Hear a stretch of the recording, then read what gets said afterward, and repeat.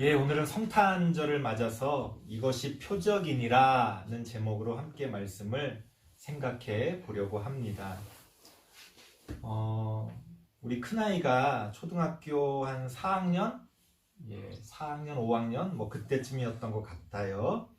친구들을 집에 데려왔는데, 이제 저한테 인사를 시킨 다음에, 자꾸 그러는 거예요. 우리 아빠 잘생겼지? 그러면서 친구들한테 막 자랑을 하는 겁니다. 친구들이 굉장히 당황하면서 그래 그러면서 이렇게 방으로 들어갔고 저도 그냥 뭐 웃어 넘겼습니다. 근데 그 다음에 또 다른 친구들을 데려왔는데 또 그러는 거예요. 우리 아빠 잘생겼지? 그러면서 친구들한테 막 자랑을 하는 겁니다. 그래서 얘가 나를 매기는 건가? 이게 뭐지? 하고서 좀 굉장히 당황스러웠습니다. 그래서 나중에 물어봤어요. 야, 너 왜 친구들한테, 그러냐? 그 장난도 그렇게 자꾸, 자주 하면 안 좋다. 농담도 그만해라. 그랬는데, 얘기를 들어보니까, 정말 자기는 아빠가 최고 잘생겼다고 생각한다는 거예요. 그래서 야, 또 그럴 수도 있구나. 신기하다라고 좀 나름 뿌듯했는데 사실 몇 년이 못 가서 그 마음이 사라져 갔습니다. 그래서 우리 아빠가 잘생긴 게 아니구나라는 걸 금세 중학교쯤 가서는 깨닫게 되더라고요. 근데 그렇게 됐는데도 불구하고 그렇다면 이제 아빠가 최고로 잘생겨 보이지 않으니까 그 사랑이 뭐 식거나 없어진 겁니까? 그게 아니라는 거죠. 그때 이야기를 이렇게 우리가 웃으면서 이렇게 하니까 우리 큰아이가 그러더라고요. 아빠, 아니야, 아빠 잘생겼어. 그러면서 제 어깨를 툭툭 이렇게 쳤는데 이거는 위로구나 하고 이렇게 느꼈습니다. 같은 말이에요. 우리 아빠 잘생겼지? 우리 아빠 잘생겼어. 하지만 의미는 완전히 달라졌죠. 어릴 때는 정말로 우리 아빠가 그렇게 잘생겨 보였다면 지금은 이제 현실을 알고 있습니다. 그렇지 않구나. 하지만 아빠를 위로하면서 또 아니야. 그게 아빠에 대한 사랑이겠죠? 아빠 잘생겼어. 괜찮아. 하면서 이렇게 위로를 해줍니다. 왜 이런 말씀을 드리느냐? 우리가 어떤 말을 할 때 그 말의 의미가 하는 사람에 따라 상황에 따라 전혀 달라질 수가 있다는 거예요. 우리가 이것을 생각하지 않고 살아간다면 굉장히 많은 오해들이 우리의 삶 가운데서 생겨납니다. 우리가 성경을 볼 때도 마찬가지입니다. 우리가 보는 성경은요, 그냥 무슨 일반적인 책이 아닙니다. 기독교라고 하는 종교의 경전입니다. 그러다 보니까 어떤 특징이 있냐면 어떤 결론을 먼저 말하고 나서 얘기를 시작합니다. 무슨 얘기냐면 성경 맨 처음을 보십시오. 하나님이 세상을 창조하셨다라고 하는 결론을 이야기하고 얘기를 시작합니다. 그런데 우리는 이 결론을 원인으로 자꾸만 생각을 해요. 그래서 하나님이 이 세상을 창조하셨기 때문에 뭐 진화론이라는 이런 과학 이론도 다 거짓말이고 그런 무슨 과학적인 어떤 그런 것들 다 잘못된 거야. 그러면서 어떤 과학을 거부하는 그런 모습들까지 보여줍니다. 그런데 그건 우리의 착각이라는 거예요. 성경은 경전이기 때문에 그저 결론을 먼저 말해놓고 시작하는 거예요. 그게 진화론이 됐건 그게 또 뭐 진화적인 창조론이 됐건 뭐가 됐건 간에 결국엔 이 세상은 하나님이 창조하신 것이다 라는 결론을 말하고 이렇게 이야기를 시작하는 건데 우린 그거를 원인으로 생각해서 하나님이 창조하셨으니까 이런 모든 과학적인 설명들은 다 거짓말이야. 이렇게 자꾸 오해하는 거죠. 오늘 성경에서도 보십시오. 오늘 성경에서도 결론을 먼저 얘기하면서 이야기를 이끌어갑니다. 그리고 마지막에 가서도 그 결론을 반복하는데요. 그게 뭐냐면 9절 말씀 보니까 주의 사자가 곁에 서고 주의 영광이 그들을 비춤에 크게 무서워하는지라. 아기 예수님이 탄생하실 때 주의 영광이 비쳤다는 거예요. 맨 마지막 14절에서도 무슨 얘기가 나옵니까? 지극히 높은 곳에서는 하나님께 영광이요. 영광이라는 말이 앞에서 뒤에서 반복이 됩니다. 왜 그럴까요? 그게 결론이라는 거예요. 그 앞에 이야기가 어쨌건 결국엔 그 모든 것들이 하나님께 영광이 된다는 겁니다. 그런데 우리는 이 하나님께 영광이 된다는 걸 원인으로 생각해요. 심지어 모든 과정들을 무시합니다. 영광으로 시작해서 영광을 지나 마지막도 영광이다. 그저 그냥 어떤 다른 설명도 없이 모든 걸 그냥 영광으로 그렇게 그냥 뭐라 그럴까요? 그냥 후려치는 거예요. 뭐 자세한 이야기 그 어떤 과정에서 어떤 우리가 배우고 느낄 수 있는 것들 그런 거 없습니다. 무조건 영광, 무조건 아멘, 할렐루야. 우리가 그렇게 하나님을 믿기 때문에 우리의 신앙이 성장하지 않는 거예요. 맨날 결론만 배우니까 성장하지 않는 거예요. 말이 나왔으니까 한번 또 다른 예를 한번 든다면요. 그래서 저는 어떤 그런 전에도 한번 말씀드렸습니다. 어떤 책을 읽을 때 이렇게 요약된 것들 있잖아요. 그리고 어떤 영화도 마찬가지입니다. 요새 유튜브 같은 데 보면 어떤 영화에 대해서 뭐 5분 안에 이렇게 쫙 이렇게 설명하는 동영상들이 있어요. 솔직히 저는 그런 걸 별로 좋아하질 않습니다. 왜? 그거는 결론만 말하는 거예요. 어떻게 보면. 하지만 그 영화에 담겨있는 그 책에 담겨있는 그 과정 가운데 우리가 배울 수 있는 것들은 다 날려버리는 거예요. 다 생략해버리는 겁니다. 그러니까 어떤 책의 결론을 우리가 배우게 되면 우린 착각을 합니다. 우리는 그 책을 내가 안다고 생각해요. 하지만 아니요. 전혀 그렇지가 않습니다.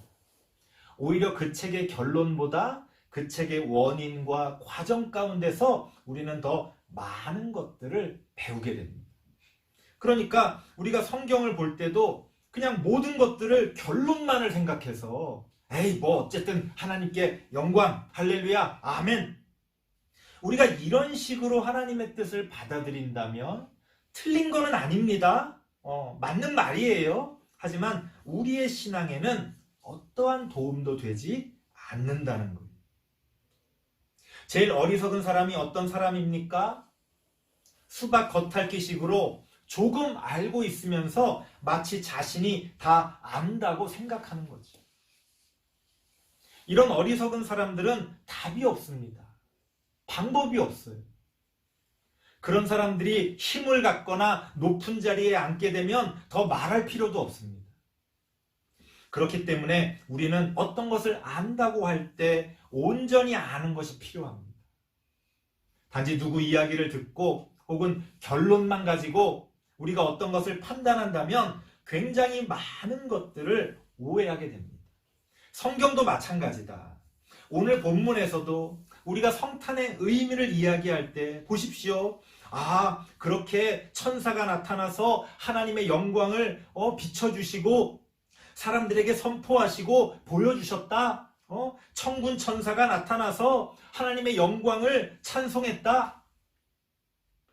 우리가 그렇게 결론만을 그저 생각하고 넘어간다면 성탄의 진정한 의미를 잊어버리거나 혹은 외면하게 될 수가 있다는 겁니다. 오히려 우리에게 더 중요한 것은 원인과 그 과정 가운데서 하나님이 우리에게 가르쳐 주시고 우리에게 깨닫게 하시는 것들이 더 중요하다는 겁니다. 우리 14절 말씀 같이 한번 읽어볼까요? 누가복음 2장 14절입니다. 시작. 지극히 높은 곳에서는 하나님께 영광이요 땅에서는 하나님이 기뻐하신 사람들 중에 평화로다. 다 아는 말씀입니다. 하나님께 영광, 땅에서는 평화.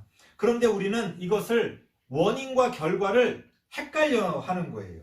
보세요. 하나님께 영광이라는 건 원인이 아니라 결과입니다. 성경은 결과를 우리에게 먼저 알려줍니다. 하나님께 모든 것들이 영광이 된다는 거예요. 자, 그러면 그 하나님께 영광이 되기 위해서는 어떠해야 한다는 겁니까? 땅에서는 하나님이 기뻐하신 사람들 중에 평화로다. 평화가 있어야 하나님께 영광이 된다는 거예요. 근데 우리는 하나님의 영광을 원인으로 이야기하니까 나중에 뭐 어떤 이야기를 해도 그게 이제 결론이 돼버리니까 그 결론만을 붙들고 그 결과만을 붙들고 우리는 모든 것들을 무시합니다. 하지만 생각해 보십시오. 사람들 중에 평화가 있으니 하나님께 영광이 있는 겁니다. 생각해 보십시오. 사람들이 싸우고 죽어나가는데 거기에 어떻게 하나님의 영광이 있을 수 있겠습니까? 그렇죠? 전쟁 가운데 어떻게 하나님의 영광이 있을 수 있겠습니까? 사람들의 고통 가운데 어떻게 하나님의 그런 영광이 존재할 수가 있겠습니까? 그렇기 때문에 우리는 원인과 결과를 헷갈리면 안 됩니다. 중요한 건 뭡니까? 이 땅에서 하나님이 기뻐하신 사람들 중에 평화가 있어야 하나님께 영광이 된다는 거예요. 그런데 우리는 평화를 생각하지 않고 영광만을 이야기합니다. 영광을 말한다고 해서 영광이 되는 게 아니에요. 평화가 있으면 저절로 하나님께 영광이 돌려지는 겁니다. 감사해야지, 사랑해야지. 그렇게 말한다고 감사가 되고 사랑이 되는 게 아니지요. 잘해주고, 아껴주고, 배려해주고, 섬겨주면 저절로 감사가 나오고 사랑이 생겨납니다. 그렇기 때문에 우리가 성탄을 맞아서 굉장히 성탄 때 많이 이야기되어지는 구절입니다. 하나님께는 영광이요 사람들 중에는 평화로다. 혹자는 그렇게 이야기합니다. 둘 다 중요하죠. 그 하나만한 얘기죠. 둘 다 중요하다는 말은. 당연히 둘 다 중요하죠. 하지만 우리가 살다 보면 먼저 선택해야 될 게 있다는 거예요. 자, 그러면 하나님의 영광과 사람들의 평화 가운데 뭘 먼저 선택해야 됩니까? 사람들은요, 우리 그리스도인들은 둘 다 중요하지요 라고 말해놓고서 결국 둘 중에 하나를 선택해야 한다고 말하면 어떤 사람도 하나님의 영광을 선택합니다. 여기에 함정이 있는 거예요. 평화가 없는 영광은 없는데 우리는 그 영광을 결론이라고 생각하기 때문에 그게 중요하다고 생각하니까 평화 없는 영광을 선택하는 거예요. 여기에 이제 우리 신앙에 함정이 있는 겁니다. 평화 없는 영광은 없다는 거예요. 우리는 존재하지 않는 것을 붙들고 하나님께 영광을 돌립니다. 그러니까 그 예배가, 그 기도가, 그 찬양이 얼마나 헛되고 허무합니까? 하나님이 보실 땐 말이 안 되는 거죠. 내 안에, 내 삶에, 우리 가운데 평화가 없는데 어떻게 하나님께 영광이 돌려질 수가 있겠습니까? 우리가 둘 중에 하나를 선택해야 한다면, 둘 다 중요합니다. 둘 중에 하나를 선택해야 한다면 우리는 평화를 선택해야 합니다. 왜? 평화가 있어야 영광이 있든지 말든지 할 거 아니에요. 그런데 우리는 영광을 선택하면서 심지어 평화를 외면합니다. 하나님께 영광을 돌린다고 하면서 오히려 전쟁을 합니다. 싸움을 합니다. 이게 말이 됩니까? 어떠한 경우에도 말이 안 되는 거예요.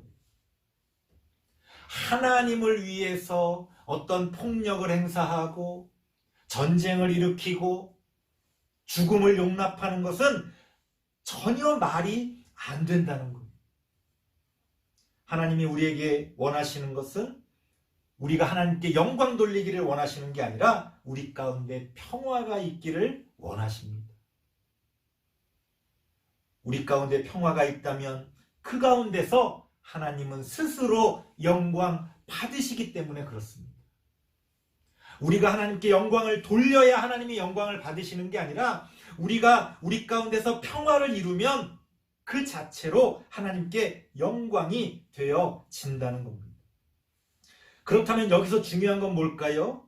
바로 어떤 사람들의 평화냐. 좋은 사람도 나쁜 사람도요, 평화를 이야기합니다. 좋은 사람도 나쁜 사람도요, 정의를 이야기합니다.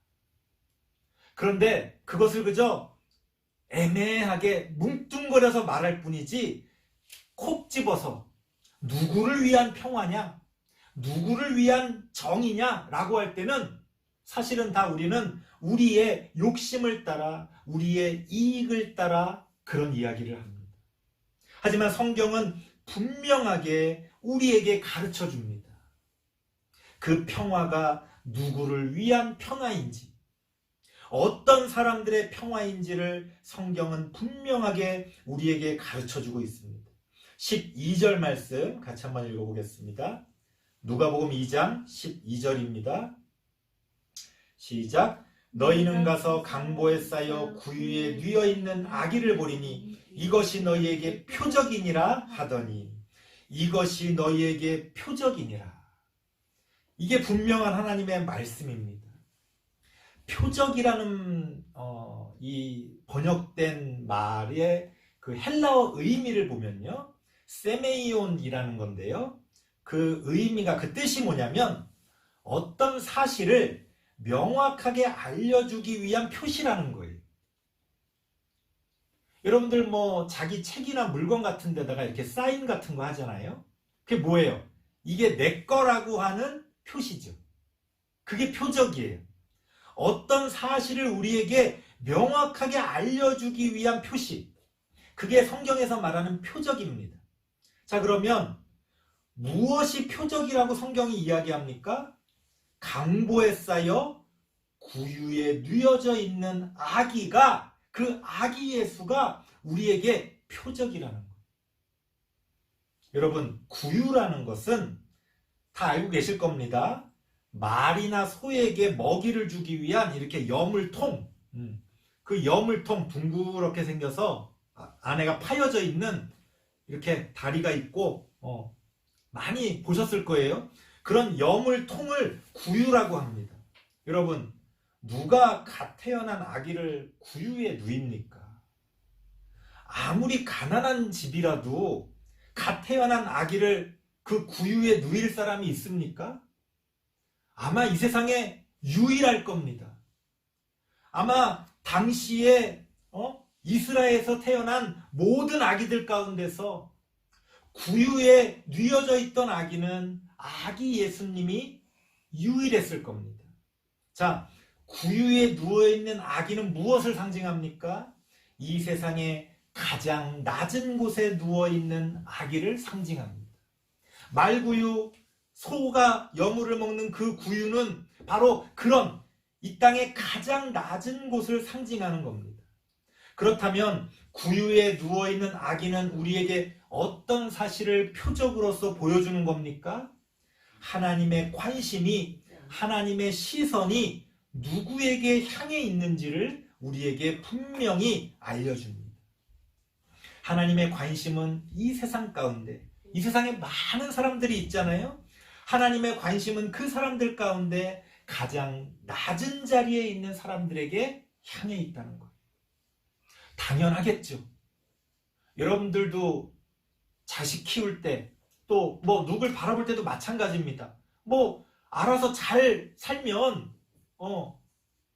그래, 잘 사는구나, 덜 쳐다보게 되죠. 그런데 가난하고 힘들게 살면 어떻습니까? 더 눈이 향하고, 더 손이 가고, 더 마음이 가지 않습니까?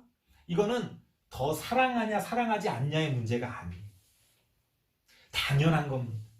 하나님의 마음도 그렇습니다. 이 세상에서 가진 자, 못 가진 자, 여러 가지 다양한 사람들이 존재합니다. 하나님은 그 모든 사람을 다 사랑하십니다. 그럼에도 불구하고 하나님의 관심은 어디를 향해 있을까요? 가장 낮은 자리에 있는 사람들에게 향해 있다는 거예요. 고통받고 외면당하는 그 사람들에게 하나님의 시선과 관심이 가 있다는 거예요. 이거는요, 우리의 어떤 호불호와 상관이 없어요. 예를 들어서 막 누군가의 어떤 모습이 예를 들어서 길을 가다가 우리가 노숙자를 만났을 때도 마찬가지입니다. 좀 안 좋죠. 냄새가 나고 보기에도 안 좋습니다. 그 인지상정이에요. 하지만 중요한 건 그거예요. 내가 볼 때 안 좋은 것과 상관없이 하나님은 그런 낮은 자리에 있는 사람들에게 관심을 갖고 계신다는 거예요. 그래서 아기 예수님이 탄생할 때 가장 첫 번째 목격자들이 누구였습니까? 8절 말씀 보니까 목자들이었어요. 당시 유대 사회에서 목자라고 하는 직업은 굉장히 천시받던 그런 직업입니다. 도시에서 사람들과 섞여 살 수도 없고요. 외곽에서 사람들이 필요로 하는 그 짐승을 키우면서 그렇게 외면받고 소외받던 천시받던 직업이 바로 목자입니다. 그런데 아기 예수님이 이 땅에 태어나실 때, 왕이신 예수님이, 하나님의 아들이신 예수님이 이 땅에 태어나실 때 가장 첫 번째 목격자가 목자들이었다는 거죠. 여기에 바로 하나님의 뜻이 담겨 있는 겁니다. 하나님의 시선이, 하나님의 관심이 어디에 있는지를 우리에게 알려주는 겁니다. 오늘 성탄절을 맞아 이 땅에 태어나신 아기 예수는 우리에게 분명한 표적으로 분명한 사실을 우리에게 알려줍니다. 하나님의 관심이 어디에 있는지를 우리에게 보여주고 있습니다. 그래서 우리의 관심이 어디에 있어야 하는지를 그 아기 예수님은 우리에게 표적으로서 알려주고 계십니다. 그것은 가장 낮은 자리에 있는 사람들입니다. 그리고 하나님의 뜻은 그런 가장 낮은 자리에 있는 사람들의 평화가 하나님의 영광을 가져다 준다는 겁니다. 왜 우리가 나라의 어떤 정책들을 할 때, 또 어떤 우리의 삶 가운데서 어떤 것들을 나눌 때, 왜 없는 사람들, 더 어려운 사람들을 왜 먼저 생각합니까? 왜 그런 어려운 사람들을 생각하는 게 윤리적으로, 도덕적으로 옳습니까? 사실 철학적으로 들어가면요, 우리가 가난한 사람을 도와주고 힘없는 사람에 대해서 배려해 주는 것에 대해서 어떤 철학자는 이렇게 이야기합니다. 그게 왜 진리냐? 그게 왜 옳으냐? 그러면 철학적으로는요, 할 말이 없어요. 그게 왜 옳지? 힘이 없어서 당하는 건데 어떻게 보면 더 자연스럽고 그게 더 이 자연의 어떤 원리에 맞는 거 아닌가? 심지어 그렇게 생각하는 사람도 있습니다. 하지만 우리는 다릅니다. 기독교는 다릅니다. 우리는 분명히 이야기할 수 있습니다. 왜 우리가 어려운 사람을 도와주고 왜 낮은 자리에 있는 사람들에게 배려를 해줘야 합니까? 하나님의 관심이 거기에 가 있기 때문에 그래요. 우리는 하나님의 시선을 따라 우리의 관심도 그 자리에, 그 낮은 자리에 가 있어야 하는 겁니다. 그렇기 때문에 우리는 가지지 못한 것에 대해서 박탈감을 느낄 필요가 없어요. 일부러 가난하게 어렵게 살 필요는 없겠지만 우리의 그 가난과 우리의 그 고통과 우리의 그 어려움 가운데 오히려 하나님의 사랑과 관심은 더 커지기 때문에 그렇습니다. 그래서 과거에 수도원이나 어떤 하나님을 잘 섬겨보려고 했던 사람들이 그렇기 때문에 이런 금욕적인 생활을 하고 청빈한 생활을 했던 거예요. 왜? 생각해 보세요.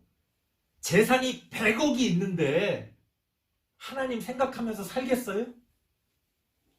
재산이 100억이 있는데 뭐 아쉬운 게 있겠어요? 거기에 하나님에 대한 사랑과 간절함이 있겠습니까? 아니죠. 우리가 어렵기 때문에, 내가 할 수 없는 일들이 많기 때문에 우리는 더 기도하고 하나님을 생각합니다. 저도 마찬가지입니다. 목사지만 언제 정말 간절히 기도합니까? 아프거나 어려운 일이 있거나 성도님들에게 힘든 일이 있을 때 더 간절히 기도가 됩니다. 저절로 기도가 나오죠. 그럴 때 우리는 하나님과 더 가깝게 하나님과 동행하며 나아갈 수가 있는 겁니다. 오해하지 마십시오. 그렇기 때문에 일부러 우리가 가난하고 힘들게 살아야 된다, 그런 말씀 드리는 게 아닙니다. 이게 바로 신앙의 역설이에요. 우리가 일부러 가난할 필요는 없지만 우리가 가난할 때 하나님은 우리를 더 찾아오시고 우리와 함께해 주신다는 것. 하나님이 성탄절을 맞아 아기 예수님을 통해서 우리에게 보여주시는 표적은 분명합니다. 이 땅의 가장 낮은 자들에게 하나님의 관심이, 하나님의 시선이 가 있다는 것이 바로 구유에 누워있는 아기 예수가 우리에게 보여주는 하나님의 뜻입니다. 우리도 그러한 하나님의 뜻을 따라 성탄절을 맞아 이 땅에 가난하고 어렵고 외면받는 그런 사람들에게 우리의 관심과 시선을 더 가져다 줄 수 있어야 합니다. 기도하겠습니다.